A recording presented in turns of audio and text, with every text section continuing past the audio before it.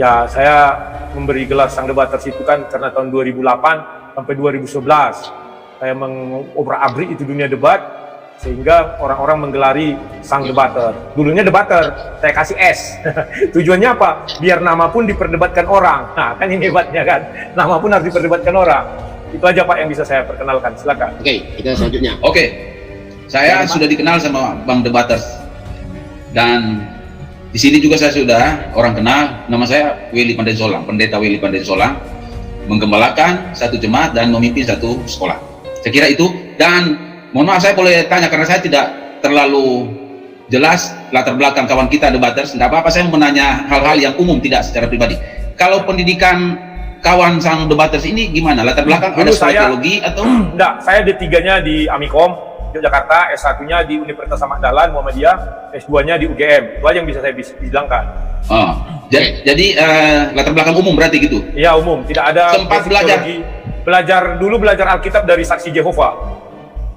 Oh, jadi berkurang Saksi Jehova gitu? Bukan, saya belajar. Jadi orang itu kan datang menginjil ke rumah-rumah dari tahun 86 sampai 92. Jadi dari saya SMP kelas 1 sampai SMA kelas 3 belajar sama mereka.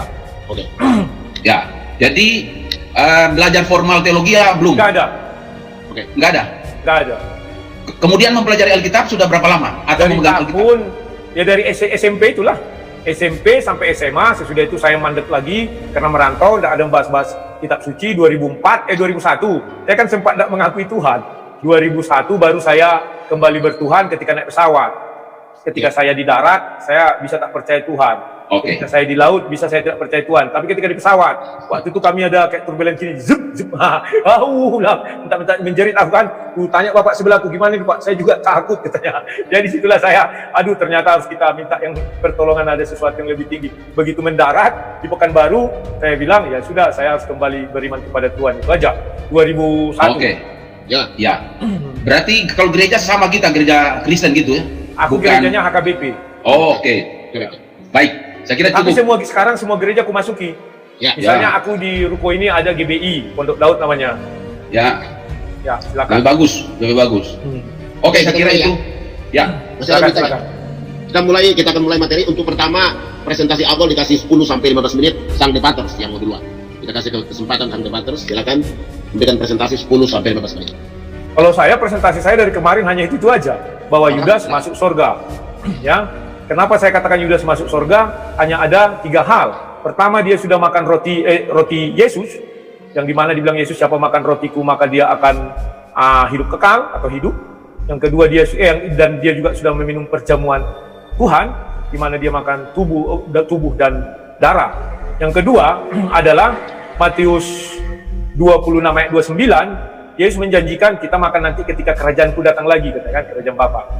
Dan itu dibalas juga di Lukas 22 ayat 29 dan 30. Ditentukan hak-hak mereka nanti di kerajaan surga. Dan ayat 30 bahwa mereka makan dan minum ya, kalau nggak salah aku, di atas tahta untuk menghakimi 12 menghakimi ke-12 suku Israel. Jadi orang itu diberi jabatan hakim. Yang ketiga, bahwa sebelum Yesus kan sudah berkata, saya mengetahui itu semua. Jadi kalian jangan sok-sokan, kata Yesus. Kalian bilang Yudas pencuri, saya sudah tahu. Kalian bilang Yudas ini, saya sudah tahu, kata Yesus. Kan begitu. Yesus mengungkapkan sendiri, Yudas adalah iblis, saya sudah tahu, kata Yesus. Tapi saya mencintai mereka sampai kesudahannya. Ya kan? Artinya apa? Bahwa ya mereka mencintai Yesus. Yesus mencintai murid-muridnya sampai kesudahannya. Maka sebelum Yesus menyerahkan nyawanya, Yesus berkata, ya Bapa ampunilah mereka, sebab mereka tidak tahu apa yang mereka perbuat. Kan itu. Nah, maka di Wahyu 21 ayat 14 dikatakan nama 12 Rasul Anak Domba Allah tertulis di dasar pada pintu gerbang itu semua. Artinya apa? Janji yang dibilang Yesus itu semua digenapi. Dan kalau orang mengatakan Yudas iblis, sebenarnya sifatnya yang iblis ya, kan Yesus sendiri yang milih. Yudas memang tidak tahu kenapa dia dipilih. Bahkan dia menyesal ketika dia mengetahui Yesus diberi hukuman mati. Dari sudut Yudas dia menyesal. Dari sudut Yesus berterima kasih. Karena semuanya digenapi bahwa Yesus harus mati di kayu salib. Keinginan iblis, Yesus tidak mati di kayu salib, tetapi mati dipenggal atau dirajam. Tetapi tidak ditemukan dosa itu. Sejak semula kan iblis ingin Yesus mati. Matius 4 disuruh lompat. Waktu Lukas 2 ya, atau Lukas 1, Matius juga 2, Pak. Ketika Herodes memerintahkan untuk dipenggal leher, dipenggal, dibunuh anak-anak di bawah 2 tahun. Kan Yesus termasuk di dalamnya. Lolos juga. Baru Yohanes 10 ayat 33-34. Yesus dilempari batu karena menyetarakan diri dengan Tuhan. Aku dan Bapa adalah satu. Yohanes 10 ayat 30. Lolos juga. Ya kan? Jadi iblis ingin juga Yesus mati. Jangan dikira orang bahwa Yesus mati di kayu salib, iblis sukses. Tidak ya. Justru iblis gagal. Karena Yesus sejak semula mengatakan bahwa saya akan mati di kayu salib, menyerahkan nyawa. Dan darahku akan tertumpah, maka ditombak. Ya kan? Kalau nggak ditombak, maka darah itu tidak tertumpah. Maka dibilang Yesus, ampunilah orang ini, Bapak tidak tahu apa yang mereka perbuat. Judas pun tidak tahu apa yang dia perbuat. Dia menjual Yesus kepada ahli Taurat. Ditutupkan pintu itu. Tutupkan pintu. Dia menjual Yesus kepada ahli Taurat. Tujuannya kan sudah jelas. Tidak lain dan tidak bukan. Iblis yang masuk ke dalam Judas di depan Yesus. Di mana-mana iblis takut sama Yesus. Buktinya apa? Ketika Yesus mulai mengabarkan Injil, iblis kan melihat Yesus datang. Hai anak Allah, kata yang Maha Tinggi. Jangan kau sakiti kami, pindahkanlah kami ke babi-babi itu, katanya kan. Dipindahkan dia ke babi. Matilah iblis, apa babi-babi itu yang mati, iblisnya enggak. Kan? Nah, jadi ketika iblis masuk ke Yudas, Yesus sudah tahu kan tidak Yesus. Tetapi Yesus tidak melarang.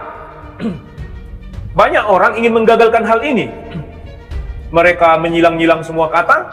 Bahkan kemarin sudah ada 3 pendeta yang mulai murtad. Saya katakan murtad. Esra Soro mengatakan bahwa perjamuan Tuhan tidak ada guna, itu hanya simbol. Juga si Dens dan C.S. Suat, baru si Albert Rumumpuk, dan satu lagi si Jongsun. Mereka, saya heran, Jongsun ya, mengapa mereka mengatakan bahwa perjamuan kudus ini tidak ada manfaat, tetapi mereka lakukan? Kan aneh, mereka lakukan di gereja mereka. Kalau itu tidak pada manfaat, saya katakan sama dengan menghujat roh. Karena Yesus mengatakan, hanya itu jalan penebusan dosa kita, nggak ada yang lain. Kita ditebus bukan karena kita percaya, tapi karena darah Yesus. Darah Yesus itu mana? Dibilang Yesus, minumlah ini darahku. Tidak ada darah Yesus, mau cari kemana kalian? Tidak ada. Sudah tertumpah di kayu salib. Terus apa yang kita lakukan? Meminumnya, bagaimana? Hanya melalui perjamuan Tuhan, itulah kita minum. Kan dibilang Yesus, ini jalan apa penebusan dosa bagi seluruh umat manusia. Kita berbuat baik, masuk surga. Hei, Matius 7 ayat 21-23. Nyalah engkau pembuat kejahatan, tidak tanggung-tanggung. Mereka mengusir setan dalam nama Yesus. Ciri-ciri orang percaya adalah punya kuasa mengusir setan. Bernubuat dalam nama Yesus, membuat mujizat dalam nama Yesus. Yesus mengatakan, kau, tidak kenal aku sama kau, kata Yesus. Jadi bahwa keselamatan itu adalah kasih karunia Yesus. Jadi sekarang, orang-orang sekarang ini tambah lucu lagi saya lihat. Ya kan? Dibuatnya lah, mulai dari Yesus naik ke surga kan, mulailah muncul kisah para rasul sampai Wahyu. Mereka tidak tahu hukum. Hukum itu tidak berlaku surut. Kenapa saya katakan tidak berlaku surut? Karena ketika Paulus mengatakan hukum, Paulus tidak bisa melompati Yesus kalau surut untuk mendakwa si Judas, tidak bisa. Kenapa saya katakan tidak bisa? Yesus masih hidup. Tidak bisa hukum Paulus ini kalian buat mundur, melompat. Melompati Yesus lebih tinggi dari Yesus, tidak bisa. Kalau kata Yesus yang disalib yang di samping Yesus, hari ini engkau dan aku bersama saya di Firdaus. Semua hukum-hukum tidak ada yang cocok sama orang ini yang disalib di samping Yesus. Hukum apa? Dibaptis, dia nggak pernah dibaptis. Jadi tidak satu hukum pun yang bisa menindas hukum Yesus. Karena Yesus masih hidup. Maka Yohanes 13 ayat 1. Sampai kesudahannya aku akan mengasihi muridku. Siapa bisa menantang itu? Ibarat preman, maaf, saya seorang preman. Saya punya murid, pengikut, godfather saya. Saya katakan tidak ada seorang pun yang bisa menyentuh pengikutku. Apakah aku biarkan orang menyentuh? Tidak, aku bunuh siapa yang menyentuh. Penjahat itu. Apalagilah Yesus yang Tuhan sudah berkata, kasihku sampai kesudahannya tidak akan berkurang, mereka tidak akan kubuang. Yohanes 6 ayat 37. Tidak ada dibuang satupun. Nah, orang ingin mencuri Yudas, marwahnya Yudas dengan mengatakan penggantinya Matias. Ingat Yohanes 6 ayat 6, Yohanes 13 ayat 6 sampai 8 itu. Petrus bilang, jangan basuh kakiku Tuhan, katanya. Apa kata Yesus? Apabila aku tidak membasuh kakimu, maka kau tidak ikut bagian di dalam diriku.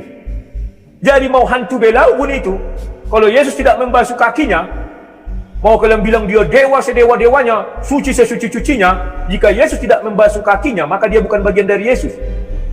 Meskipun dia rasul banyak. Bukan hanya 12 setelah pengganti Yudas diganti Matias, langsung dia jadi rasul menggantikan di sorga, tidak. Kisah para rasul membatasi, itu nggak sembarang ditulis. Jabatan pelayanan, itu tidak sembarang ditulis itu. Maknanya ada, agar orang tidak mensalah tafsirkan semua. Bahkan dibilang lagi di Wahyu 21 ayat 14, anak domba Allah. Rasul anak domba Allah. Matias bukan rasul anak domba Allah. Karena anak domba Allah ada adalah firman menjadi manusia. Itu yang menyebutnya Yohanes ketika Yesus dalam dunia. Maka Matius 10 yang berlaku. Ketika Yesus memilih murid-muridnya, inilah rasul-rasul Yesus. Selesai, itulah rasul-rasul anak domba Allah. Ibarat sepak bola di dunia saja, ini Manchester United dibuat 11 pemain, final, cedera satu orang.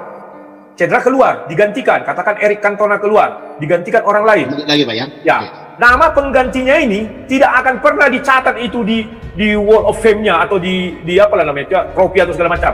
Kalaupun dicatat nama mereka di bawah setelah nama yang 11 ini, yang digantikan tetap ditulis besar-besar namanya. Penggantinya sekalipun 1000 gol dibuat dia, kecil ditulis namanya. Apalagi lah Tuhan. Manusia bisa begitu, Tuhan lebih dari situ dong. Itu aja yang bisa saya sampaikan. Silakan dipatahkan saja semuanya. Masih ada 1 menit Pak? Gak usah. Ya, sih cukup. Kita langsung presentasi. Baik. Jadi saya tidak presentasi, bagian presentasi saya ambil untuk langsung menanggapi. Jadi presentasi langsung tanggapan. Langsung ambil 15 menit itu, lalu saya gabung dengan tanggapan saya ada 10 menit. Jadi ambil menit. Nanti Bapak itu Bapak ambil presentasi tanggapan dari Pak Debaters. Oke. Silakan ambil. Jadi supaya saya bisa menyampaikan secara luas dalam arti secara rinci. Tapi saya ada sebelum lanjut itu ada beberapa pertanyaan kecil kepada Bung Debaters. Ya, halo Bung Debaters. Silakan. Ya. Kalau menurut Bung Debaters itu... Tunggu lupa, sebentar. Kita belum kenal Bapak moderator, sorry. Oke, saya Pak John Lee. John Lee Pak ya? John Lee. John Lee, pernah saya dengar. Oke, silakan lanjut Pak. Oke, karena saya menjawab dari awal supaya berurutan. Soal Yohanes 17 ayat 12, menurut Bung Debaters gimana? Binasa di sana, apakah Bung mengakui itu binasa itu neraka? Karena kalimat pertamanya mengatakan, selama aku masih bersama mereka. Ya. Misalnya saya Godfather, selama aku masih bersama muridku, tidak kubiarkan hantu belau menyentuh muridku. Tapi memang dia mati ketembak, tapi tidak kubiarkan hantu belau menyentuh. Jadi selama mereka bersama aku berarti termasuk Yudas. Iya. Jadi artinya selama ikut dengan itu binasanya di situ mati. Tetapi bukan ke neraka. Ya. Kalau sampai Yesus membiarkan Yudas ke neraka, apa salah Yudas? Ya. Oke. Satu lagi Pak, supaya saya ditanggapi secara kronologis. Di Yohanes 6 ayat yang ke-64 dan 70, apa pendapat Bapak? Di sana orang tidak percaya itu banyak menganggap itu yang tidak percaya itu Yudas. Ya. Orang melihatnya 64 karena ada kalimat yang terakhir dikatakan dia akan menyerahkan itu menyuruh kepada Yudas yang tidak percaya. Apa sih definisi tidak percaya? Saya percaya sama Bapak jadi guru saya, maka saya akan mendengar kata Bapak dan ikut Bapak. Ternyata 70 orang lari, ya itu nggak percaya itu. Mana ada orang yang percaya lari? Jadi siapa apapun alat 70 orang kan selesai lari mereka semua kok. Mereka lari meninggalkan Yesus, pergi meninggalkan Yesus. Kalau orang percaya mau topan badai, hantu belau datang, dia tetap ikut Yesus. Itulah 12 murid. Nah, yang ayat 70 di mana Yesus mengatakan, aku sendiri yang memilih kalian. Jadi tidak satu orang pun bisa menjudge Yesus. Dia Tuhan. Dia tahu siapa-siapa yang dipilihnya. Salah satu di antara kamu iblis, kata Yesus. Yesus saja tahu itu iblis, tapi kenapa dipilih? Tapi tujuannya apa? Kenapa Yesus tidak memilih? Debaters percaya kalau yang dipilih, yang iblis itu adalah semuanya, sahabat-sahabat terkasih. Izinkan saya untuk intro dulu ya, sebentar saja sebelum kita melanjutkan videonya. Oke sahabat-sahabat, mohon ya dukungannya untuk channel ini agar channel ini terus berkembang. Mohon dibantu di subscribe, di like, ataupun share, ataupun komentar, agar channel ini terus berkembang dan dikenal banyak orang. Amin. Dan sebelum kita lanjut menyaksikan video ini, harap ditonton sampai selesai ya, agar supaya apa yang disampaikan tidak ada kesalahpahaman dan supaya menjadi berkat untuk kita semua akan firman Tuhan. Amin. Oke, lanjut kita menyaksikan. adalah Yudas. Loh, kan sudah jelas dibuat ayat 71. Ya. Ditambah penulis. Oke. Oke. Baik, saya. Silakan. Udah ada lagi? Kenapa? Cukup, saya mentanggapi langsung. Tanggapi, Pak. Silakan. Ya, mulai dari Yohanes 17. Kalau kita lihat Yohanes 17 keseluruhan, jadi memang pangkal diskusinya ada di dalam ayat 12. Tapi kalau kita lihat Yohanes, ada 3 bagian di dalam Yohanes 17 ini. Yohanes 17 ayat 1 sampai 5 itu berbicara tentang doa Yesus. Minta supaya Bapa memulihkan dia. Itu doa ayat 1 sampai 5. Lalu ayat 6 sampai 19 itu doa Yesus kepada murid-muridnya. Kalau kita lihat di dalam ayat yang ke-9, ya, ayat yang ke-9 saya membaca karena saya sudah sering membaca ayat ini karena ketemu dalam diskusi ini, saya harus baca. Yohanes 17 ayat yang ke-9 dikatakan di sini, dikatakan, aku berdoa untuk mereka, bukan untuk dunia aku berdoa, tetapi untuk mereka yang telah engkau berikan kepadaku, sebab mereka adalah milikmu. Jadi sekali lagi yang dikatakan di dalam bagian kedua ayat yang ke-6 sampai 19 itu berbicara tentang orang-orang yang didoakan Yesus. Pak, itu kok ada aku dua, yang Pak? percaya. Suaranya jadi Ada bergema. 2, Pak. Saya 2 gambar. Oh, ya, silakan. Bagian kedua tadi saya mau lanjutkan lagi, 6 sampai 19 itu doa Yesus kepada murid-muridnya yang khusus yang percaya. Perhatikan yang di dalam ayat 20. Ayat 20 dikatakan di sini bahwa, dan bukan untuk mereka ini saja aku berdoa, tetapi juga untuk orang-orang yang percaya kepadaku oleh pemberitaan mereka. Kita ambil ayat ini untuk ditaruh di bagian kedua ayat 6 sampai 19. Jadi doa Yesus di ayat 9 dikatakan, aku berdoa untuk mereka, bukan untuk dunia aku berdoa, tetapi untuk mereka yang telah engkau berikan kepadaku, sebab mereka adalah milikmu. Jadi untuk orang yang dikatakan di sini adalah orang yang percaya. Sehingga dikatakan di dalam ayat 20 hanya orang percaya itu yang didoakan Yesus. Karena itu di dalam ayat 12 dikatakan, selama aku bersama-sama mereka, aku memelihara mereka dalam namamu, yaitu namamu yang telah engkau berikan kepadaku, aku telah menjaga mereka, dan tidak ada seorang pun yang dari mereka yang binasa selain daripada dia yang telah ditentukan untuk binasa, supaya genaplah yang tertulis dalam kitab suci. Nah, kita mau melihat di sini bahwa bagian kedua doa Yesus itu hanya untuk orang yang percaya dari 12 murid itu, kecuali satu orang.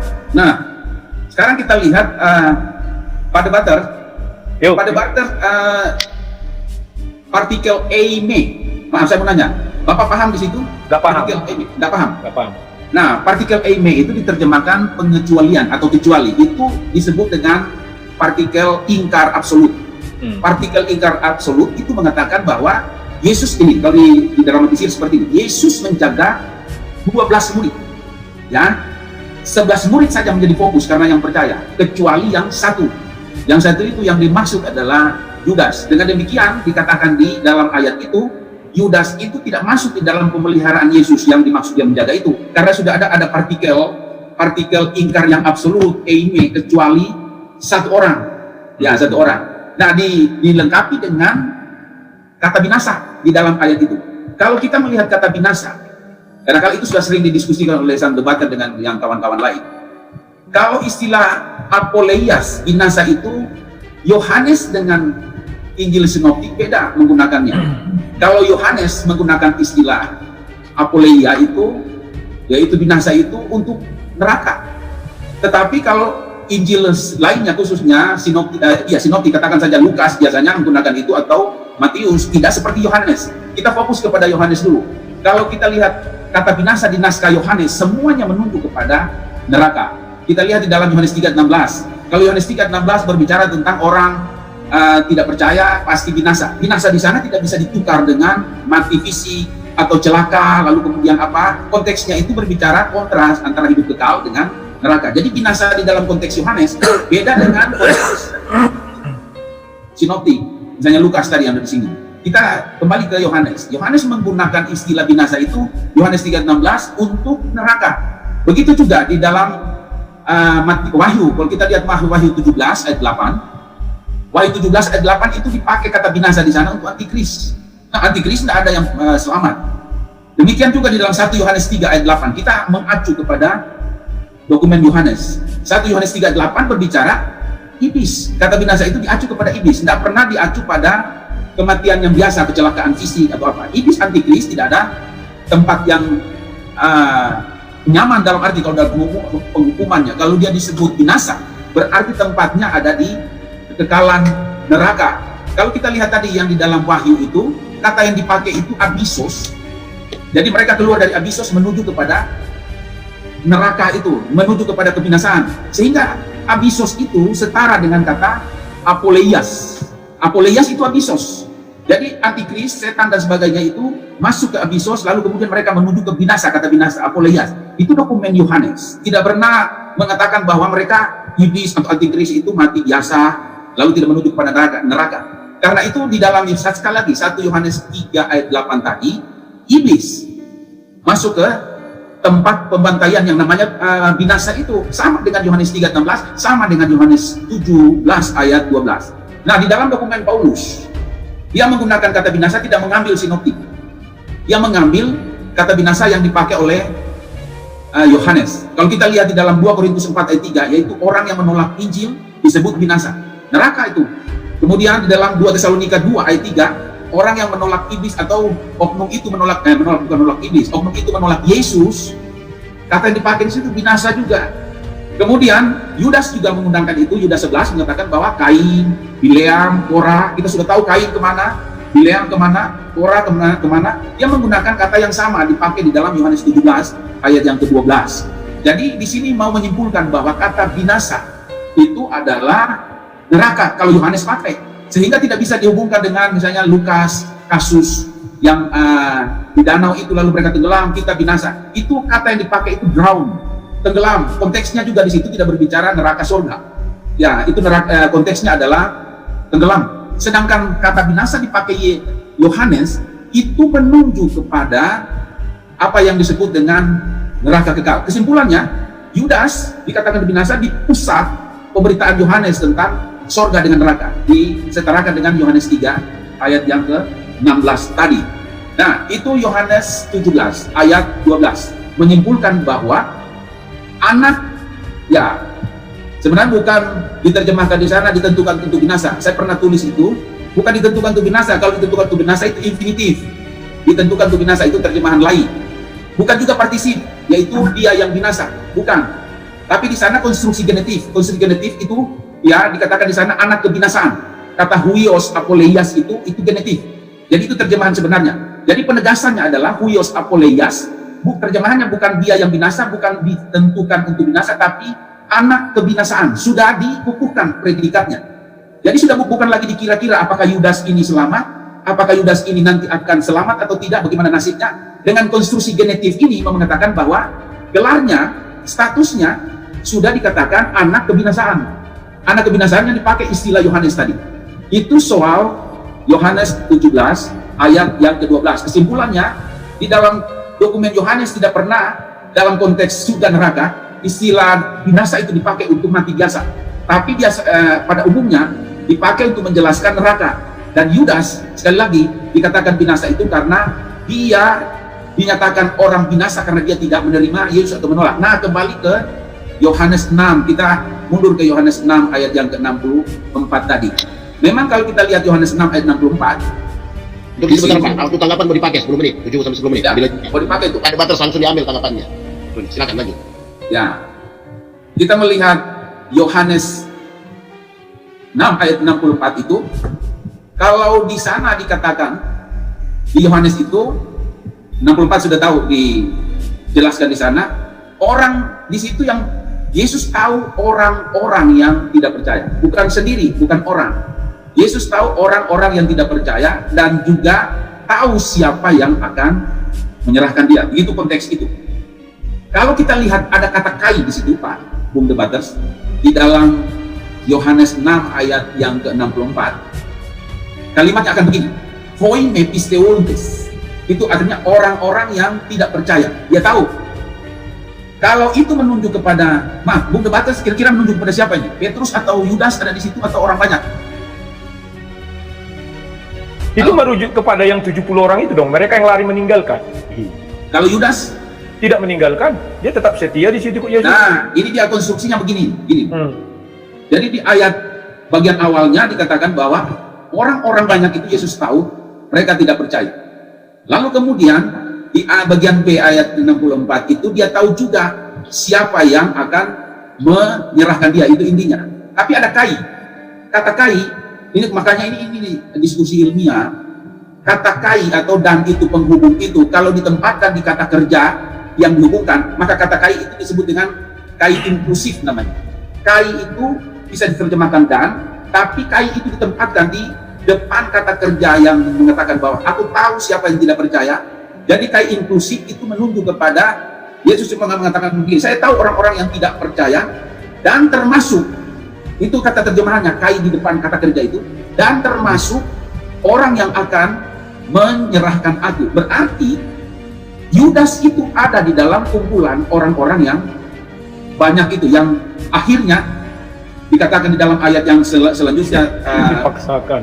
mengatakan bahwa 12 orang itu tidak meninggalkan, ada berapa orang banyak itu meninggalkan.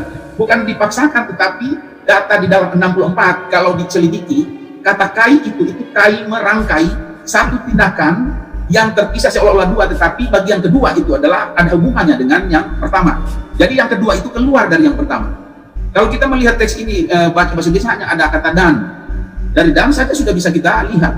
Tapi kalau kai yang dihubungkan dengan kata kerja awal itu, tindakan kedua, oknum kedua, atau tim kedua, atau grup kedua itu keluar dari tim pertama, bagian dari tim pertama. Kesimpulannya begini, Yesus tahu orang-orang yang tidak percaya, dan termasuk orang yang tidak, orang yang menyelipkan atau mengkhianati aku. Berarti ada dua pernyataan. Dua pernyataan, tapi satu paket, satu cerita, satu Tapi cerita. bukan merujuk kepada satu orang aja itu. Nih, gini nih Bang. Orang-orang Masuk banyak di dalam orang. bagian pertama yang jamak itu, Yudas ada di situ. Masuk di dalam tidak percaya. Lalu kemudian di bagian kedua Yohanes 6 ayat 64, apakah tidak percaya Yudas itu? masuk Sampai di situ dulu. dalam Ya, apa kira-kira sampai Yohanes 6 seluruhnya, apakah tidak percaya Yudas itu? Mana ada Tidak. yang ini teksnya 64. Coba iya, lihat itu. Yohanes 6 seluruhnya dari ayat 1 sampai 70, di mana Yudas tidak percaya di situ? Cobalah. Kalau Yohanes itu kan cerita Yesus apa Yudas tidak percaya itu kan diceritakan setelah Yesus memberikan makan kepada banyak orang. Itu dari ayat 1 sampai ayat yang ke-15 itu berbicara soal Yesus bagaimana memberikan makanan kepada ribuan orang. Itu belum ada cerita soal Yudas. Lalu terus menerus dia merujuk kepada roti tubuhnya. Ya. Terus merujuk kepada roti tubuhnya, lalu sampai kepada ayat 64. Ya. Terus mana Masih merujuk di ayat itu di bagian mana Yudas tidak percaya? 64. Dari 64. 64 sampai 70 lah. Di mana dia tidak percaya? Oke, 64. Jadi mulai dengan 64. Dari kata ini, saya tahu ini Yesus. Aku tahu siapa. Sebenarnya siapa yang tidak percaya. Ya. Dan termasuk Yang orang yang akan belum termasuk terjadi. orang yang akan, ya. Berarti belum terjadi. Betul. Nah, Orang sementara yang tidak percaya sudah terjadi juga pada saat itu kan terjadi. Nah, yang dulu saya menjelaskan. Orang-orang yang tidak percaya sudah terjadi. Orang-orang yang tidak percaya sudah terjadi, termasuk Yudas. Termasuk orang yang akan mengkhianati aku. Yang mengkhianati belum, tapi yang sudah tidak percaya itu sudah terjadi. Jadi mau menyimpulkan di sini, Yudas itu tidak percaya, bukan nanti waktu mendekati penyaliban Yesus, bukan nanti perjamuan. Nanti kita membahas soal perjamuan. Dari awalnya Yudas itu sudah tidak percaya. Ya. Dari awalnya Yudas itu sudah tidak percaya. Lalu dipertegas di dalam Yohanes 6 ayat yang ke-70. Sudah tidak bisa lagi diragukan di sana bahwa itu adalah Yudas.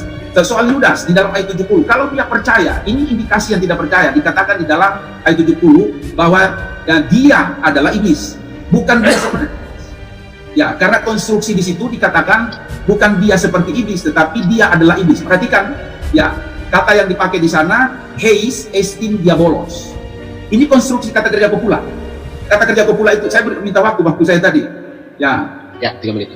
ya, heis estin diabolos itu beda dengan kata sifat. Kalau kata sifat mengatakan begini, Yudas yang jahat atau Yudas seperti setan. Tapi di sini dibilang Yudas adalah setan. Jadi kalau Yudas adalah setan, itu konstruksi kata kerja.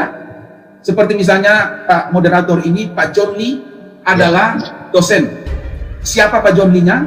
Dosen. Siapa dosennya? Pak John Lee. Jadi konstruksi kopula itu, baik subjek maupun objek itu sama. Misalnya, Bung Debaters adalah gembala. Siapa gembala itu?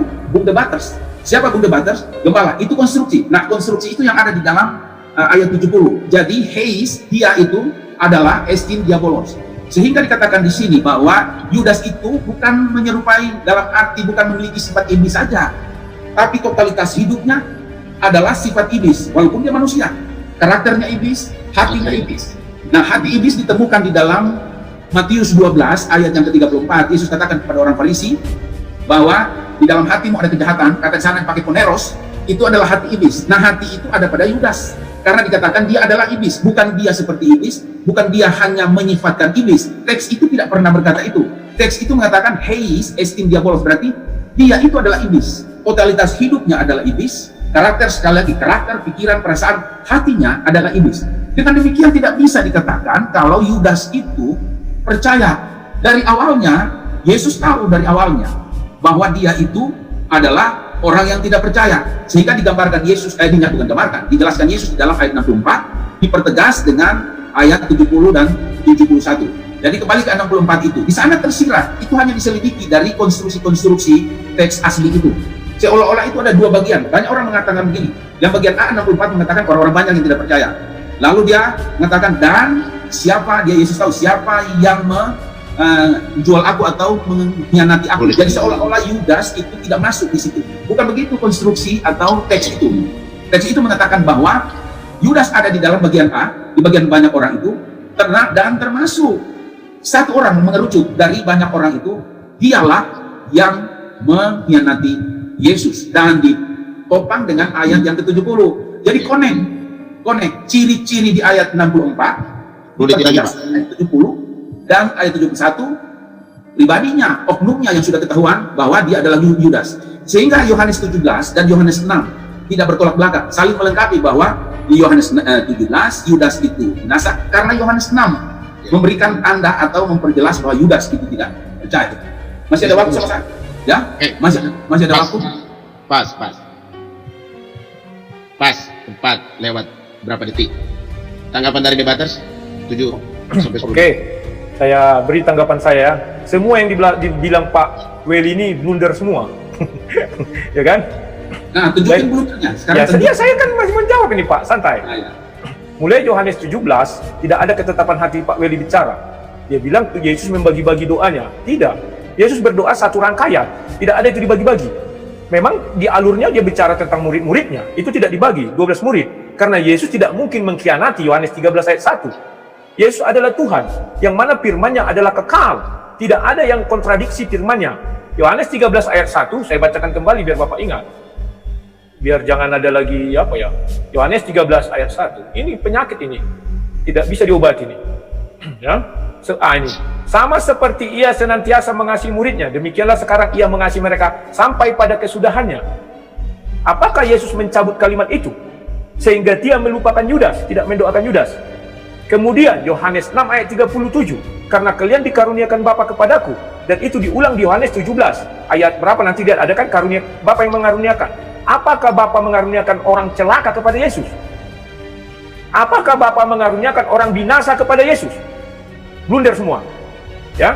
Nah, baru di ayat 16 dikatakan Yesus apa? Yohanes 17 ayat 16. Ya kan?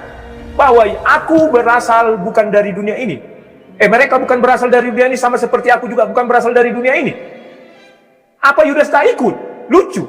Berarti Yohanes 13 ayat 1 sudah dicabut dulu, baru diucapkan sesuai keinginan Bapa. Baru masuk ke ayat 20. 16, 18 atau 18 itu dikatakan apa? Keinginan Yesus, di mana aku berada, di situ mereka berada. Itulah sebabnya ketika murid-murid bertanya, kau mau pergi kemana Bapak? Kata, aku menyediakan tempat bagi kamu. Waktu itu murid-murid masih 12, tak ada berkurang satu pun. Selesai, kamu tidak akan bisa pergi ke sana, katanya. Nah, sekarang kita masuk ke Yohanes 6. Blunder semua yang Bapak buat sama Bapak ungkapkan. Di mana blundernya? Pertama, Yohanes 64 Bapak ambil bahwa Yesus tahu siapa-siapa yang tidak setia ya atau apa tadi? Tidak percaya. Tidak percaya. Nah, yang tidak percaya kan sudah jelas, mereka lari semua. Mana ada orang percaya lari? Tentu tinggal. Artinya Yesus mau mengatakan, yang tidak percaya itu bukan kau Yudas. Maka Yesus bilang di ayat 70, aku yang memilih kalian sendiri, makanya kalian tak lari. Kira-kira gitulah. Karena Yesus kan menantang lagi. Kalau kalian mau lari silakan. Ya kan? Ayat 67. Apakah kamu tidak mau pergi juga? Mereka tidak lari. Nah, ayat ke-64 itu, dan siapa yang akan menyerahkan dia, itu kan masih akan, itu baru untuk Yudas. Jadi yang tidak percaya, sudah terjadi kejadian itu. Siapa yang tidak percaya? Mau bagian mana lagi Bapak tuduhkan Yudas dari ayat 1 sampai 70 tidak percaya? Di ayat 70 Yesus mengakui, aku memilih kalian. Di ayat 67, apakah kamu tidak mau pergi juga? Mereka tidak pergi, mau pergi kemana lagi kami Tuhan? Baru Petrus sebagai wakil daripada para rasul dan pemegang kunci sorga, apa kata dia di ayat 69? Dan kami telah percaya dan tahu bahwa engkau adalah yang kudus dari Allah. Bagaimana? Apa itu mau dicoret-coret semua kitab suci itu demi Yudas ke neraka? Kan tidak. Oke, sekarang kita masuk ke ayat 70 juga. Blunder lagi. Salah satu di antara kamu adalah iblis. Bapak bilang itu bukan hanya sifat, tapi kelakuan segala macam. Wah, baru tahu saya Tuhan muridnya adalah iblis. Baru tahu saya Tuhan bermuridkan iblis. Hebat, terpujilah iblis karena dia bisa menjadi murid Tuhan. Luar biasa ini. Blunder-blunder yang kalian lakukan. Tuhan tidak pernah mau mengutus iblis kepada Yesus. Karena ayat 64 Yohanes 6 itu dikatakan di situ dengan jelas bahwa kalian adalah yang dikaruniakan. Ayat 44, kubacakan 44. Ya, tidak ada seorang pun yang datang kepadaku jikalau ia tidak ditarik Bapa yang mengutus aku, dan ia akan kubangkitkan pada akhir zaman. Sudah. Berarti Yudas termasuk di dalamnya, tidak dicabut-cabut itu. Baru masuk ke ayat 65. Lalu ia berkata, sebab itu telah kukatakan kepadamu, tidak ada seorang pun dapat datang kepadaku kalau Bapa tidak mengaruniakannya kepadaku. Selesai. Oke? Belum, tunggu. Jadi waktu saya belum habis, saya masih banyak. Masih ada. Nah, jadi kalau Bapak bilang itu merujuk kepada si Yudas itu benar-benar iblis, waduh, lebih enak lagi kita. Yudas mati bunuh diri, artinya iblis ikut mati. Artinya dunia bebas dari iblis. Sudah dua blundernya. Yang pertama bahwa murid Yesus ternyata iblis benaran. Sementara iblis menengking di ayat Matius 4. Nyala engkau iblis, pergi kau iblis. Sebab hanya kepada Tuhan saja kita menyembah, katanya. Mengapa tiba-tiba Yesus mengangkat murid iblis? Itu adalah sifat. Karena dia sebelum ikut Yesus adalah tukang curi uang. Orang yang tidak jujur lah istilahnya. Ya kan? Nah, sekarang kejadian Yohanes 17 ayat 12, hanya itulah argumen semua teolog untuk memasukkan Yudas ke neraka, tapi semua kandas. Tidak ada yang bisa merubah. Yudas sudah makan roti dan minum darah. Yohanes 6 ayat 44, 51, 52, 53. Mau apapun kita bilang, dia sudah sempat makan roti itu. Dan itu adalah perjamuan original. Kenapa saya bilang original? Pertama dan utama, dan tidak diulang lagi itu, tetapi dijadikan sebagai peringatan. Karena Yesus tidak ada lagi, kita hanya mengingat-ingat aja. Kalau mereka, Yesus masih ada. Jadi hukum Yesus berlaku pada mereka. Kamu makan ini, kamu masuk surga. Selesai. Aku akan membangkitkan kamu. Hukumnya itu masih ada. Tidak bisa dicabut-cabut. Siapa kita mencabut itu? Yesus Tuhan. Apa hak kita mencabut? Oh tidak, katanya. Apakah makan roti kayak kata Esra bisa membawa kita ke surga? Bisa. Buktinya itu. Yesus mengatakan Yohanes 6. Tetapi apakah murni itu? Makanya terakhir adalah kasih Yesus yang menyelamatkan mereka semua. Petrus berdosa. Dosanya lebih besar daripada Yudas. Dia mengumpat, memaki-maki Tuhan. Bukan hanya dia bersumpah, menyangkal. Tapi apa satu lagi, mengumpat atau memaki itu. Lebih ngeri dosa dia. Tetapi kenapa dia bisa diselamatkan? Karena Yesus berkata, Bapa ampunilah mereka, sebab mereka tidak tahu apa yang mereka perbuat. Selesai. Jadi sampai saat ini, tidak ada yang bisa mematakan itu. Sudah habis Pak waktunya? 1 menit lagi, 1 menit. 1 menit lagi. Ya sudah, itu aja lah kalau 1 Oke. menit. Oke. Sekarang apa? Mau pertanyaan? Siapa dulu lah? Ya. Mau tanggapan langsung? Tanggapan langsung. Pertanyaan digabung dengan pertanyaan. Nah, ini saya sudah dengar cukup lama pendapat dari Bung Debaters ini. Seperti ini, jadi kelihatannya deduktif. Sekarang coba lihat, kita mulai dengan ayat Yohanes 13 ayat 1. Jadi berpedoman di situ dikatakan, sama seperti ia senantiasa mengasihi murid-muridnya, demikianlah sekarang ia mengasihi mereka sampai pada kesudahannya. Yesus mengasihi dunia ini bukan hanya mengasihi murid. Semua orang, bahkan orang tidak percaya Yesus, dikasihi oleh Yesus juga. Karena fokus Yohanes itu begitu besar, kasih Allah akan dunia ini. Jadi kasih Yesus, kasih Bapa itu kepada, walaupun orang teroris, ateis, dan juga tidak percaya Yesus, kena dengan kasih Yesus. Tapi tidak serta-merta orang dikasihi Yesus itu atau kena objek pengasihan Yesus itu, orang itu selamat. Kalau bicara kasih Yesus berarti berhubungan dengan dia salibkan sebagai juru selamat. Nah, Yesus itu juru selamat untuk semua orang. Yesus itu mengasihi semua orang. Tapi lebih mengasihi muridnya. Entar dulu, kasih Yesus itu kepada semua orang dan juga murid-muridnya. Kalau semua orang dikasihi, apalagi murid-muridnya. Tapi harus catatan di sini, Bung Debater langsung mencatat. Kalau orang dikasihi itu langsung diselamatkan. Tidak. Alkitab tidak mengatakan begitu. Kasih Yesus itu kepada dunia, kepada teroris, kepada ateis, kepada antikris. Apakah antikris selamat? Tidak. Nah, orang yang kena kasih Yesus yang selamat itu, ya, adalah orang yang memberikan respon. Kalau kita lihat di dalam 1 Timotius 4 ayat 10 dikatakan di sana bahwa Yesus itu juru selamat untuk semua orang. Tapi keselamatan itu berlaku bagi orang yang percaya dan menerima dia. Jadi cara melihat firman Tuhan, cara melihat ayat seperti itu yang tidak bisa cocok dengan konteks. Dan lagi dikatakan tadi tidak serta-merta kalau Yesus mengasihi dunia lalu dunia itu diselamatkan. Lalu kemudian yang berikut tadi dikatakan di dalam masih ke Yohanes 6. Bung Debater tidak bisa simpulkan bahwa Yudas tidak masuk di situ. Tidak juga ditulis di sana Yudas tidak termasuk di situ. Tapi teks lebih dekat, lebih bisa dipercaya mengatakan bahwa di bagian 64 Yohanes 6 itu ada Yudas di situ. Sedangkan Petrus tidak ada. Lalu kan Debater katakan bahwa banyak orang itu adalah orang yang minggat. Memang minggat. Kenapa Yudas tidak minggat? Yudas itu tidak boleh minggat walaupun dia tidak percaya karena menggenapi Mazmur, sebab orang karena mereka ini kan belum di dalam Yohanes 6 kan belum makan roti. Kalau Debater mengatakan bahwa kalau Yudas tidak percaya, kenapa dia tidak minggat di sini? Kalau Yudas minggat di pasal 6, maka nubuat Mazmur 41 ayat 10 itu tidak akan terjadi. Jadi dibiarkan Yesus supaya connect PL dengan PB. Kalau misalnya Yudas, Debater kan mengharapkan kalau Yudas itu tidak percaya, kenapa dia tidak ikut sama-sama dengan orang banyak? Itu prediksi pribadi. Berarti bukan seperti itu ditetapkan. Kita dulu. Bukan seperti itu Yesus baru berpikir, Bu. Kalau ini logikanya, Mazmur 41 ayat 10 sudah mengatakan bahwa ada orang yang mengangkat tumitnya, dia mencelupkan tangannya di pinggangku, mau makan roti sama-sama. Nanti kita bahas soal roti itu, apakah roti apa? Itu nanti belakangan. Sekali lagi, kalau pasal 6 Debater menyuruh Yudas pergi, itu tidak seperti itu Yesus berpikir. Kalau disuruh pergi, bagaimana siapa yang nanti mencelupkan roti di situ? Sedangkan yang dinubuatkan itu adalah Yudas. Dia yang makan roti sesuai dengan perjanjian lama. Jadi dibiarkan Yesus sampai pada penggenapan ayat itu. Karena dengan demikian, kalau Yudas tidak pergi, ini kesimpulannya di pasal 6 Yohanes, tidak berarti dia percaya. Jadi jangan simpulkan karena Yudas tidak pergi bersama-sama orang banyak, lalu dia dikatakan tetap percaya Yesus. Enggak. Hanya Yesus yang tahu, karena itu Yesus sering berkata bahwa hanya aku yang tahu. Sehingga di dalam ayat 70 sekali lagi ditegaskan, ayat 70 itu, aku sendiri yang memilih kamu. Perhatikan kata ini. Berkali-kali seperti tidak memahami ayat itu, aku telah memilih kalian 12 ini, tetapi satu di antara kalian adalah iblis. Tidak pernah ada iblis masuk surga, tidak pernah ada iblis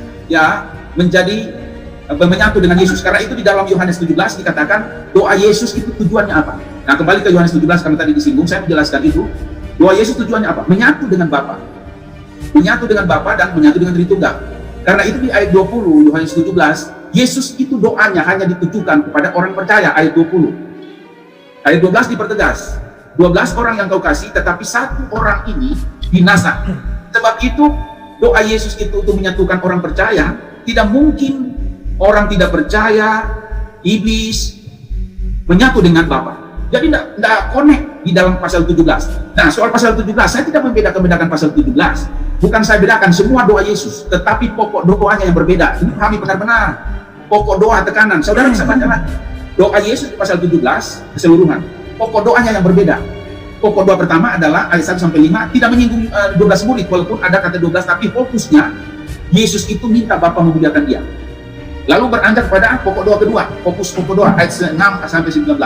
Murid-murid, dan di ayat 9 sudah ditegaskan di situ. Bukan semua orang yang didoakan, tetapi hanya 12. Dipertegas ayat 9-12 mengatakan bahwa hanya 11 yang percaya itu, itulah yang menjadi sasaran doa Yesus. Karena Yudas itu tidak pernah menjadi sasaran doa karena sudah dikecualikan beberapa kali. Kecuali satu ini arti eime tadi itu kata ingkar, partikel ingkar absolut itu lebih kuat daripada Bung Debates mikir kemana-mana, menghubungkan ayat, lalu kemudian membuat rasionalisasi. Ya itu belakangan, Bung. Yang paling utama adalah apa kata teks. Karena itu coba kalau membahas tentang Yudas atau apa saja, konsen ke teksnya, tunjukin ke teksnya. Ini teksnya bilang begini, pengecualian. Sekali lagi di ayat 9, doa Yesus kepada 12 murid kecuali pada yang percaya, 11 murid. Ayat 20 mengatakan bahwa orang percaya saja yang menjadi doa. Ayat yang ke-22, 21 mengatakan tujuan doa itu adalah menyatukan orang percaya. Karena itu ayat 20 sampai terakhir itu berbicara tentang doa Yesus bukan kepada murid saja, kepada seluruh dunia, pada orang percaya. Tujuannya sekali lagi, baik murid maupun orang percaya itu disatukan kepada Bapa. Logika teologinya, bukan usah logika teologi terlalu jauh. Logikanya adalah, apakah Bapa bisa disatukan dengan iblis? Apakah Bapa disatukan dengan orang percaya? Tidak pernah ada. Itu inti doa dari Yesus itu. Nah, persoalan tadi Bung Debates katakan bahwa Yesus sudah doakan. Ini berkali-kali Bung sampaikan. Coba lihat ayat 43 Lukas yang ke-23. Lukas 23, Bung Debates bilang doa Yesus disalib itu termasuk Yudas. Bisa membacanya. Lukas 23 ayat 33 bilang begini, ketika mereka sampai di tempat yang bernama Tengkorak, mereka menyalibkan Yesus di situ dan juga kedua orang penjahat itu, yang seorang di sebelah kanannya dan yang lain di sebelah kirinya. Mereka ini bukan Yudas termasuk di sini.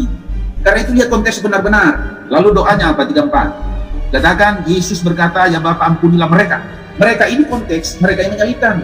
Pertanyaannya, saya mau nanya kepada hanya ya dan tidak aja. Bung Debates, ada Yudas nggak di sini? Tidak ada. Mereka itu termasuk Yudas, syaratnya dia tidak mengetahui apa yang dia perbuat. Bukan ada dibilang situ untuk orang yang menyalibkan. Pada kalimat mana itu orang menyalibkan? Tak ada. Itu Bapak batasi untuk mendalil Bapak benar. Tidak. Karena bagian saya hanya minta tadi belum merespon pertanyaan saya, tapi masih bagian saya. Dengarkan saya baca. Ketika mereka sampai di tempat bernama Tengkorak. Jadi konteksnya ini adalah mereka yang mengusung Yesus, menggiring Yesus ke Tengkorak. Mereka ini. Jadi tetap di ayat ini, di konteks ini, di sini tidak ada Yudas. Sehingga dikatakan mereka itu sampai ke Tengkorak, mereka menyalibkan Yesus di situ dan juga kedua orang penjahat itu, dan ya, yang seorang di sebelah kanan dan yang lainnya di sebelah kiri, dan berkata, ya Bapa ampunilah mereka. Lihat ini, begini cara lihat Alkitab. Ini koyak-koyak ayat. Ntar dulu Pak Moderator. Udah habis, jangan dilampaui moderator. Ya. Disiplin. Ya, Pak, disiplin. Ayo Pak Moderator, lanjut. Saya 1 menit, saya menyimpulkan ini. Disiplin. Bahwa Suka tidak suka, Bapak sudah habis. Matikan mic-nya. Yudas tidak ada di sini. Silakan. Yudas tidak ada di sini. Saya akan Debates. Ya. Tetap aja Bapak melakukan blunder lagi. Bapak bilang tidak mungkin iblis masuk surga. Kan demikian. Malah tidak mungkin Yesus membasuh kaki iblis. Yohanes 13, Yesus membasuh semua kaki murid. Ingat Matius 4, iblis mengatakan sembahlah aku, membasuh kaki hampir setengah menyembah. Apa mau Yesus merendahkan diri kepada iblis? Membasuh kaki, itu sama dengan merendahkan diri, Pak. Bapak misalnya seorang pimpinan, Bapak basuh kaki karyawan Bapak, itu Bapak merendahkan diri. Di hadapan iblis Yesus merendahkan diri, tak mungkin. Bahkan ditengking, enyai kau iblis, katanya sama si Petrus. Pikiranmu pikiran dunia. Sama dengan Bapak, pikiran si Petrus itu dunia. Terus Bapak bilang, Yudas sudah ditentukan, ditetapkan sudah. Artinya mau lari pun sudah tak bisa. Mau berpikir lain pun sudah tak bisa. Kalau sudah tidak apa Bapak bilang tidak makan roti itu, maka tidak tergenap begini. Pada saat Yohanes 6 ayat 64, belum ada di situ disuruh Yesus, Yudas pergilah kau, pergi semua. Tidak ada dibilang Yesus, jangan, tidak ada. Belum ada dibuatkan di situ bahwa aku akan mati di kayu salib, tidak ada. Bahwa aku akan begini begono. Disuruh pergilah Yudas. Tapi Yudas tak mau. Benar kata Bapak, karena sejak semula Yesus sudah tahu. Kelakuan Yudas pun Yesus sudah tahu. Tetapi kesetiaan Yudas pun sebagai mafia dia tahu. Yesus tahu. Seorang penjahat akan mau dia, setia dia sama kawan-kawannya, tidak mau pergi. Andai kata dia pergi, Bapak bilang, bagaimana jalan keselamatan? Nah, Bapak pun berpikir seperti itu. Bagaimana Yesus disalib? Saya pun berpikir seperti itu. Hanya 2 cara untuk mati. Maka itulah iblis menggoda Yudas agar 2 cara untuk mati ini terlaksana. Langsung diserahkan kepada ahli Taurat. Maka pengadilan agama yang turun.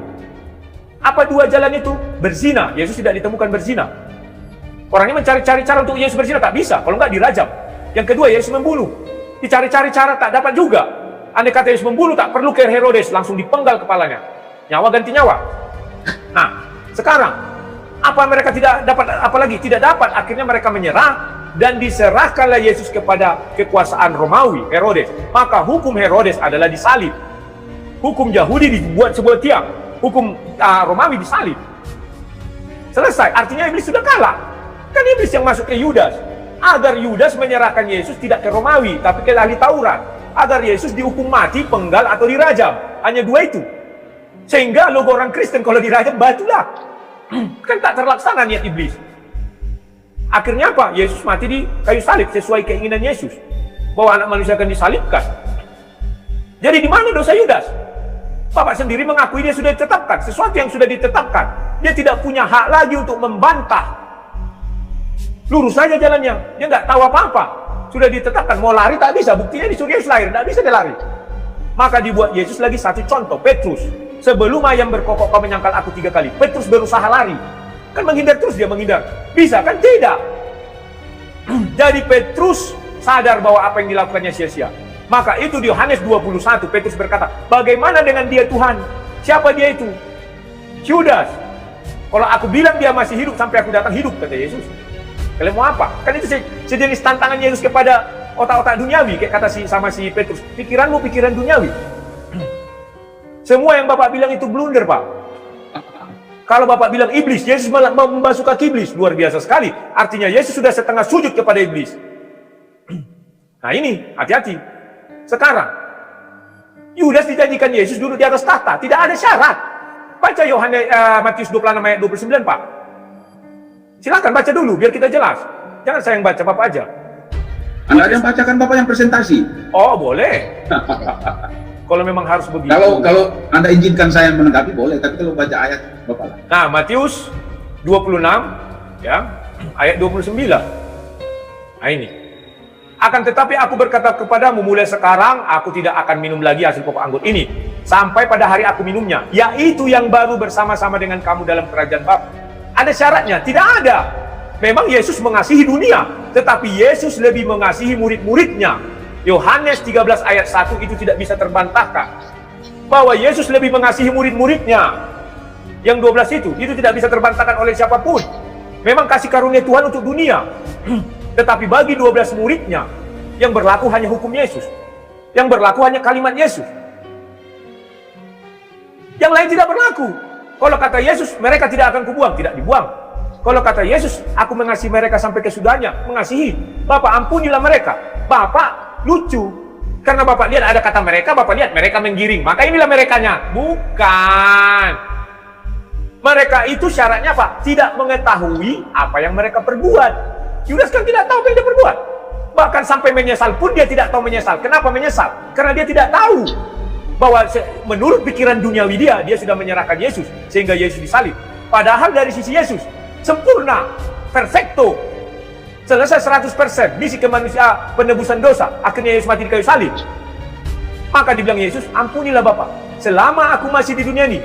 Kata Yesus, memang dia tubuhnya binasa, tetapi rohnya tidak binasa. Selagi aku masih di dunia ini, kata Yesus, aku akan memelihara mereka. Memang binasa, yang binasa tubuhnya. Dia masuk ke alam maut pertama. Alam maut kedua saat itu sudah ada. Kalau kita bicara alam maut kedua atau neraka, kalau Bapak bilang bahasa asli, Gena. Kalau memang harus secara letterlet, tidak ditemukan di ajaran Yohanes Gena. Jadi kita mau bilang apa?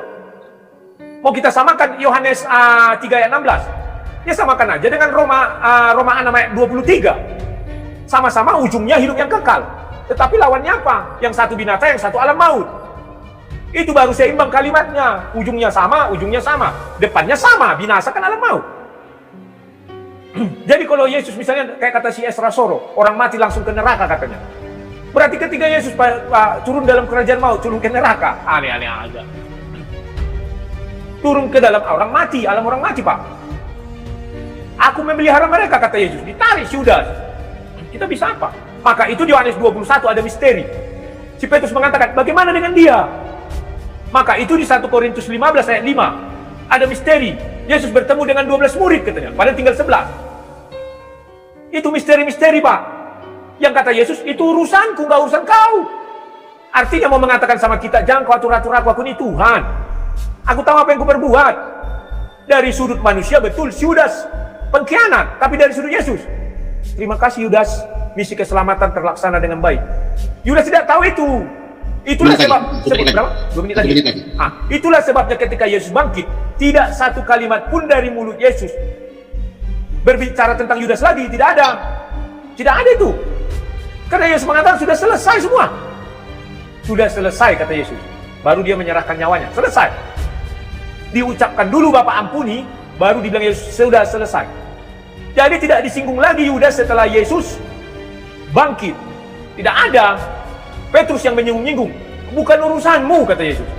Bagaimana dengan dia Bapak? Kata Yesus, Tuhan, katanya. Bukan urusanmu itu, Dek. Kira-kira gitulah kalau sambutnya. Oke, sekian dan terima kasih. Ya, Baik. silakan Pak. Waduh, ini Bung Debater ini, perhatikan apa yang saya sampaikan tadi, waktu diulang itu jangan dirubah-rubah. Itu yang pertama mau diingatkan. Terus yang kedua, cara melihat Alkitab ini, kalau di kami itu ada seperti bubur Manado, dicampur-campur ayat sini, konteksnya seperti apa, kita tidak bisa memahami tapi bisa menangkap. Nah, ini kan pemirsa ini ribuan, mungkin puluhan ribu yang mengikuti ini. Saya ulangi lagi tadi, bahwa saya tidak pernah mengatakan bahwa Yudas ditentukan. Perhatikan, ya pahami, bahasa asli ini mengatakan bahwa konstruksi genetif itu adalah terjemahannya anak kebinasaan. Yesus yang menentukan, Pak, bukan Bapak. Yesus kan tidak mengatakan ditentukan. Tar dulu, ditentukan binasa. Iya, kan Yesus yang menentukan. Yesus menentukan binasa. Iya, artinya mati. Tubuhnya mati. Itulah sebabnya Yesus dalam kerajaan maut. Diam-diam aja dulu. Lanjut dulu. Yohanes 17 ayat 12 dikatakan begini. Ya, saya sudah tidak melihat itu. Kalau Bapak tadi biar lurus, Bapak tadi mengatakan sudah dinubuatkan atau ditetapkan. Sama aja. Nah, ada diputar ulang aja nanti, didengar ulang. Mungkin tak dulu, diam aja, dengar aja. Mungkin salah dengar. Saya tidak pernah mengatakan ditetapkan. Perhatikan, saya baru sedang menjelaskan. Konstruksi genetif itu anak kebinasaan, itu bukan ditentukan, tetapi pangkat gelarnya sudah anak kebinasaan karena bukan ditentukan Tuhan, karena dia tidak percaya. Jadi sekali lagi, dia binasa bukan ditentukan Tuhan, karena tidak percaya. Ayat itu mengatakan, dan bukan Yesus yang tentukan dia binasa. Wah, ini berbahaya. Tidak pernah Alkitab mengatakan orang ditentukan Yesus atau Tuhan itu masuk neraka. Yesus hanya memilih orang masuk surga. Soal ke neraka itu adalah dosa manusia. Jadi tidak pernah Yesus tentukan masuk neraka. Iya, Anda belajar di mana kok kalau Yesus katakan tentukan orang masuk ke neraka? Oke, ntar jangan ditanggapi punya saya. Ya, ribuan orang sudah menilai ini. Kemudian tadi, karena ada debaters ini tidak melihat teks baik-baik. Coba lihat Bung, kawan yang baik, Lukas 23, Yudas nggak masuk di sini. Saya ulangi.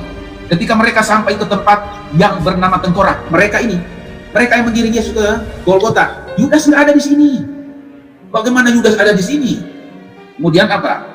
Mereka itu juga menyelipkan Yesus di situ. Yudas tidak pernah menyelipkan Yesus.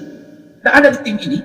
Kemudian Yesus di situ dan juga kedua orang penjahat di situ, yang seorang di sebelah kanannya dan yang lain di sebelah kirinya. Yesus berkata, ya Bapa ampuni, itu doakan. Mereka tidak ada kepada Yudas. Lihat teks ini, ya. Lihat, coba baca. Lukas 23 ayat 33-34. Di mana Yudas di sini? Saya izinkan Bung bicara. Tunjukin kepada saya kalau ini ada Yudas. Oh, Bapak lucu karena ada kata mereka, lantas Bapak samakan mereka dengan mereka ini. Bukan itu maksudnya. Mereka itu artinya jamak, banyak orang. Syaratnya satu, mereka tidak tahu apa yang mereka perbuat. Lucu Bapak, karena ada mereka, Bapak ini mereka orang itu. Karena saya izinkan Anda, jadi cukup. Ini mereka ini bukan hanya mereka konteks. Kalau misalnya kita tiga lagi ngomong, oke, kita semua di sini, kita semua berbicara, baik moderator maupun narasumber. Kita semua itulah kita tiga ini, bukan tiga yang di luar sana. Itu yang disebut konteks. Mereka di sini. Tetapi di situ tidak tahu mereka perbuat apa yang mereka perbuat. Bapak lucu. Kalau misalnya kita bertiga, bukan gitu cara melihatnya. Iya, saya lagi menjelaskan ini. Ya, silakan. Ini. Mereka ini yang tidak tahu apa mereka perbuat, malah lebih parah dari Yudas. Mereka menggiring dari subuh sampai jam 3. Yudas hanya menjual. Yudas tidak ada dalam prosesi penggiringan ini, hanya menyerahkan di Getsemani. Mereka ini lebih parah dosanya, seolah-olah memukul, menyambuk. Yudas tidak ada di tim menyambuk Yesus. Yudas tidak ada di dalam penggantungan ini. Jadi mereka ini, saya bilang, Bung bilang tadi katanya, apa mereka perbuat? Waduh, masa Anda bisa lihat perbuatan jahat mereka? Mencambuk mereka, ya, meludahi mereka.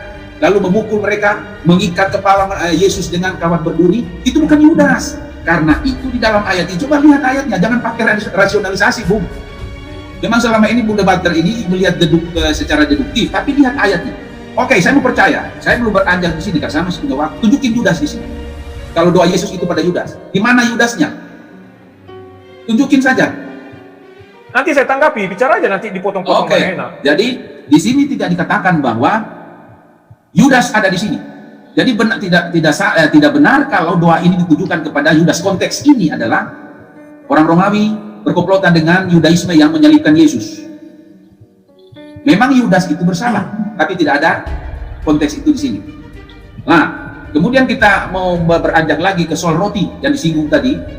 Roti itu harus dibedakan. Nanti sesi terakhir berikan waktu mungkin lebih, kalau ada, kita membahas tentang perjamuan keseluruhan. Roti itu, roti Yesus, di dalam Mazmur 41 ayat 10, Bung tahu lehemi, apa lehemi? Tahu kan? Nggak tahu? Nggak tahu, nggak tahu. Lehemi itu adalah rotiku, roti makanan. Roti makanan.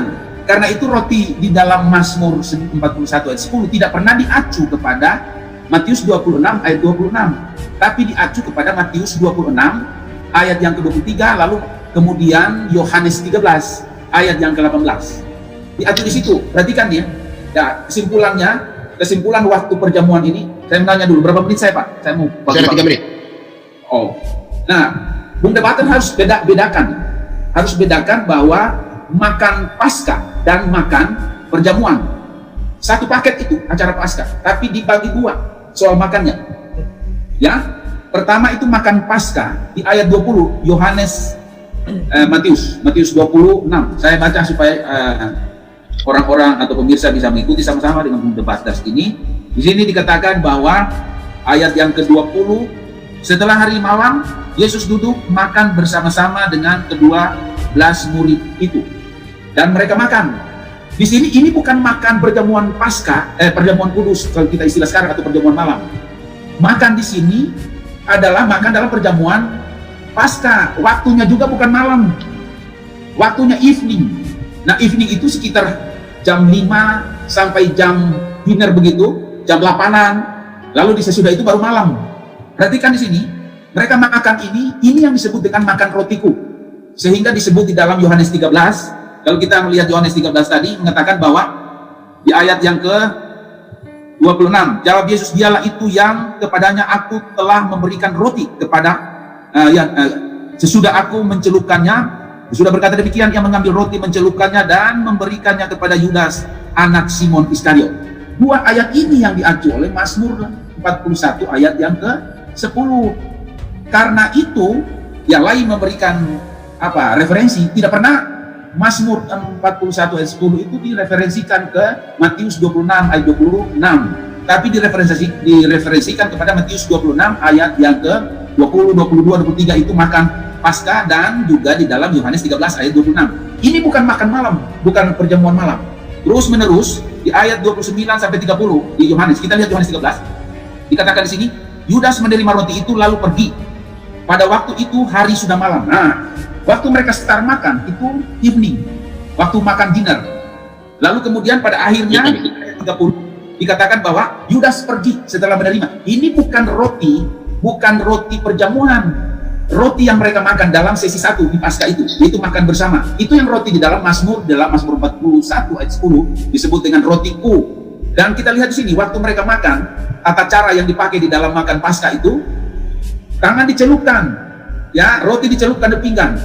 Ini bukan perjamuan. Kalau perjamuan di ayat 26 bilang begini. Ya, 26 itu Matius 26, dia 26 bilang, dan ketika mereka sedang makan, masih makan Paskah tadi, Yudas sudah nggak ada di sini. Yudas sudah pergi pada waktu makan Paskah itu, menerima roti dari Yesus, lalu dia pergi. 10 detik lagi. Pada malam itu kemudian dilanjutkan dengan ayat 26, dan ketika mereka sedang makan itu tadi dengan Yudas sudah pergi, Yesus mengambil roti, memecah-mecahkannya, lalu memberikannya kepada murid-muridnya. Ya. Dalam makan Paskah, kesimpulannya, dalam makan Paskah itu roti dicelupkan di pinggang. Dalam makan perjamuan roti tidak dicelupkan, tapi dipenggal-penggal oleh Yesus. Dalam perjamuan sekarang juga nggak ada gembala sidang mencelupkan roti di anggur lalu diberikan. Tapi di dalam ayat 26 dipecah-pecahkan. Jadi beda teknisnya. makan Paskah itu dicelupkan, tapi makan malam perjamuan itu dipecah-pecahkan roti. Berbeda, waktunya juga berbeda. Makan Paskah itu evening, makan malam itu night. Jadi dikatakan di sana sangat-sangat tidak masuk akal kalau Yudas ada di dalam ayat 29, sehingga tidak masuk di dalam ayat 29 tentang Yesus. Habis. Memberikan kesempatan untuk pemerintah. Nanti sesudah ini saya menjelaskan bahwa Oke. Silakan. Sekarang saya tanggapi ya. Lagi-lagi Bapak buat blunder. Semua jawaban Bapak blunder, sampah saya bilang. Jangan jawab, giliran saya. Sekarang saya uraikan. Bapak bilang Yesus tidak menentukan orang masuk neraka, melainkan ke surga. Sekarang Bapak baca Yohanes 17 ayat 12. Ditentukan. Bapak bilang itu adalah neraka, berarti Yesus menentukan orang ke neraka. Bapak cabut itu, artinya argumen saya benar 100%. Yudas ke surga. KO. Saya bisa kantor enggak? Jangan, saya lagi bicara. Okay. Sesudah itu Bapak blunder lagi. Mengenai perjamuan malam, saya patahkan. Lukas 22 ayat 21, coba Bapak baca. Oke, aku baca ayat 19. Lalu ia mengambil roti, mengucap syukur, memecah-mecahnya dan memberikannya kepada mereka. Katanya, inilah tubuhku yang diserahkan bagi kamu. Perbuatlah ini menjadi peringatan akan aku. Demikian juga dibuatnya dengan cawan. Sudah makan, dia berkata, cawan ini adalah perjanjian baru oleh darahku yang ditumpahkan bagi kamu. Tetapi lihatlah, tangan orang yang menyerahkan aku ada bersama-sama dengan aku di meja ini. Artinya sudah dilakukan dua-dua itu. Yesus mengatakan, tangannya ada di meja ini orang yang akan menyerahkan aku loh. Siapa itu? Si Yudas. Tidak mungkin si Petrus. Artinya Yudas belum pergi. Jadi Pak, argumen kalian itu tidak ada yang bagus dari dulu, udah bilang itu aja. Udah, sekarang saya bahas mengenai Yohanes 13 ayat 18. Ya kan? Bapak sampai menghapus video Bapak karena saya tulis di bawahnya apa? Bapak tidak paham. Di situ dikatakan rotiku. Bapak bilang Yudas belum memakan. Rotiku. Ku di situ apa? Yesus. Roti Yesus itu merujuk kemana? Yohanes 6. Kita harus kembali ke Yohanes 6. Ayat 48. Di situ jelas dikatakan kriteria roti Yesus itu apa? Yang Bapak bilang dimakan mereka pada perjamuan Paskah, itu ayat 49. Yohanes 6 ayat 49. Yang dimakan Yudas itu, akulah roti hidup, kata Yesus. Tidak ada yang lain, akulah roti hidup, kata Yesus. Terus perjamuan Paskah itu apa? Ayat 49, nenek moyangmu telah makan manna di padang gurun dan mereka telah mati. Jadi orang merayakan Paskah itu kan karena mengingat pembebasan dari tanah Mesir ke tanah Kanaan, mereka diberi makan di gurun itu. Tetapi mereka mati, kata Yesus. Selesai, itu yang Bapak bilang dimakan sore-sore hari itu. Tetapi Yudas sudah makan rotiku, kata Yesus. Rotiku itu apa? Tidak ada roti Yesus yang lain. Bapak balik-balik pun Yesus hanya mengatakan, akulah roti hidup. Baru masuklah kita ke ayat 51. Akulah roti hidup yang telah turun dari surga. Jikalau seorang makan dari roti ini, ia akan hidup selama-lamanya. Dan roti yang kuberikan itu, ialah dagingku, dan kuberikan untuk hidup dunia. Makanya di dalam perjamuan dikatakan, memecah-mecah roti. Selesai. Inilah tubuhku. Kenapa dibilang tubuh? Karena masih satu kesatuan. Sama dengan domba, satu kesatuan masih tubuh. Begitu dipenggal kepala, dipenggal kaki semuanya, barulah dipotong-potong, namanya daging. Dipecah-pecah. Itulah roti Yesus, bagaimana sih? Nah, apa lanjutnya? Ayat 53. Maka kata Yesus kepada mereka, aku berkata kepadamu, sesungguhnya jikalau kamu tidak makan daging anak manusia dan minum darahnya, kamu tidak mempunyai hidup di dalam dirimu. Yudas sudah memakan. Itulah hebatnya Yohanes menuliskan ini. Yohanes memang cara penulisannya beda dengan Matius, Markus, Lukas. Dia membuat orang terjerat. Di ayat 26, dibilangnya Yesus mencelupkan anggur, artinya roti itu sudah berisi anggur. Siapa yang mau membantah terjebak sendiri, dimakan. Kalau tidak dimakan, tidak digenapi Mazmur 41 ayat 10. Yohanes 13 ayat 18. Agar genaplah nas ini, katanya. Kalau dia tidak makan, kayak kata Pak Weli di videonya, ya belum digenapi dong nas itu. Sampai sekarang, hari ini, dan akan datang, dan sampai hari kiamat. Artinya sudah dimakan, baru tergenapilah nas itu. Gimana? Oke. Sampai sekarang Yudas tidak tahu apa dosanya. Sampai dia mati tidak tahu apa dosanya. Yang tahu kita, karena ditulis para penginjil. Ditulis para rasul. Yudas tidak tahu dosanya. Maka Yesus mengatakan, Bapak ampuni mereka. Bukan mereka itu, oh ini ada kalimat mereka nih. Mereka menggotong. Pak, orang Romawi itu kebiasaan menyalib memang gitu, dicambuk dulu segala macam. Mereka memang tidak tahu siapa yang mereka cambuk, tetapi mereka tahu apa yang dia perbuat. Mencambuk itu ya hukuman pekerjaan sehari-hari mereka. Kan begitu. Tetapi Yudas memang nggak tahu apa-apa. Bahkan sampai detik ini pun dia nggak tahu dosanya apa. Yang tahu kita, karena diberitakan Alkitab. Yudas tahu dosanya. Ketika di Matius 27 dikatakan apa? Maka menyesallah dia, menangis. Ada kalimat menyesalkan dan berkata, aku memang berdosa katanya, telah menyerahkan Yesus itu katanya. Baru pergi dia bunuh diri. Dia nggak tahu. Dari sudut manusia dia berdosa sekali menyerahkan Yesus. Dari sudut Yesus berhasil karya keselamatan. Sehingga apa yang diucapkan Yesus tergenapi, mati di kayu salib. Selesai. Sampai detik ini Yudas tidak tahu apa dosanya dan kesalahannya. Yesus tahu. Maka Yesus bilang, gak ada urusanmu Petrus. Bagaimana dengan dia Tuhan katanya, misteri ini. Siapa dia?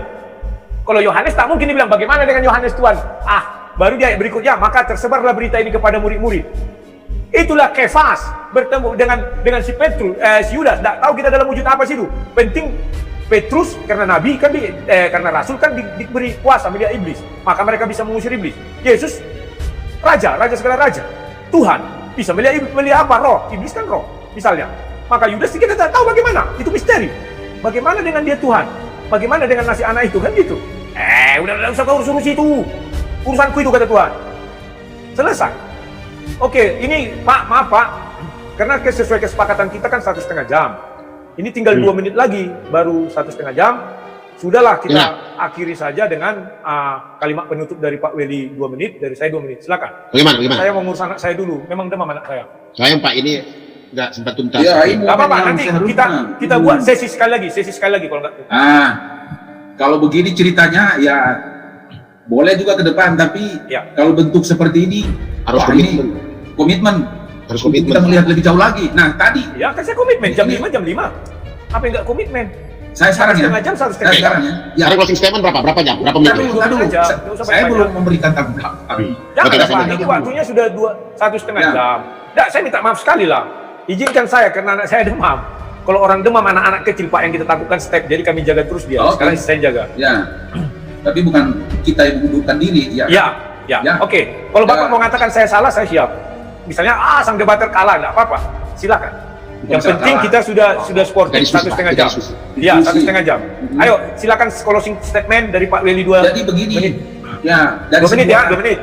Dari semua video atau semua pemaparan seperti ini, kita mungkin debaters dan juga ada teman debaters mengerti seperti ini. Tapi ini tidak sesuai dengan kaidah-kaidah yang ada di dalam Alkitab itu. Melihat firman Tuhan teksnya seperti ini, kemudian dibantah seperti ini.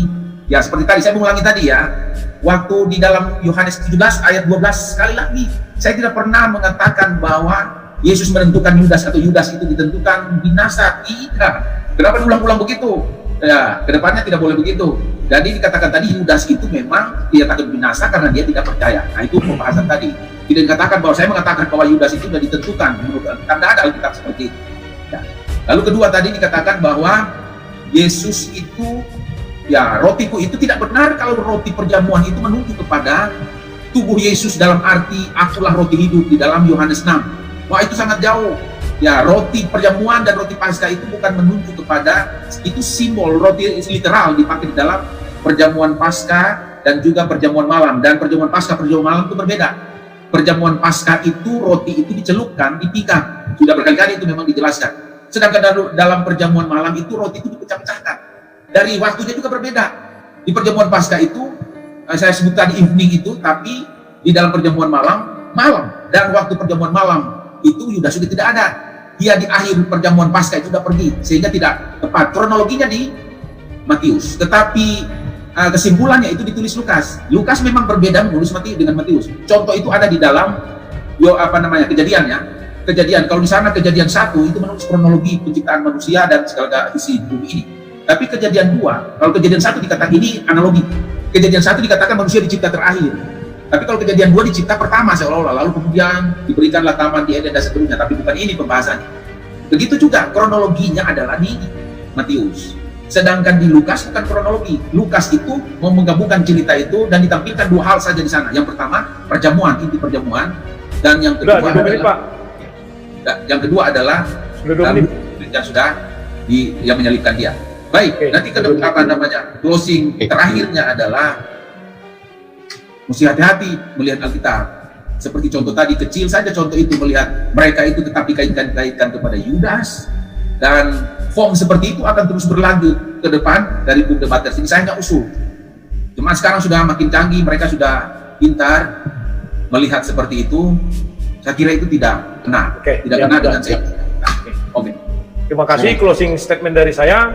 Terima kasih kepada Pak John Lee Ngantung dan terima kasih kepada Pak Weli Pandensolang yang sudah mengundang saya dalam room ini. Kapan waktu misalnya mau ada diskusi lagi. Shalom sahabat-sahabat semuanya. Izinkan saya untuk outro dulu ya sebentar. Assalamualaikum warahmatullahi wabarakatuh. Alhamdulillah Yesus Hirobil Alamin. Segala puji kita panjatkan kepada kehadiran Gusti Yesus yang ada di bumi maupun di surga. Amin. Oke teman-teman, itulah tadi cuplikan atau tayangan yang telah disampaikan. Semoga dari cuplikan tayangan tersebut memberikan kita manfaat dan juga berkat akan firman Tuhan. Amin. Dan mohon maaf jika ada kekurangan.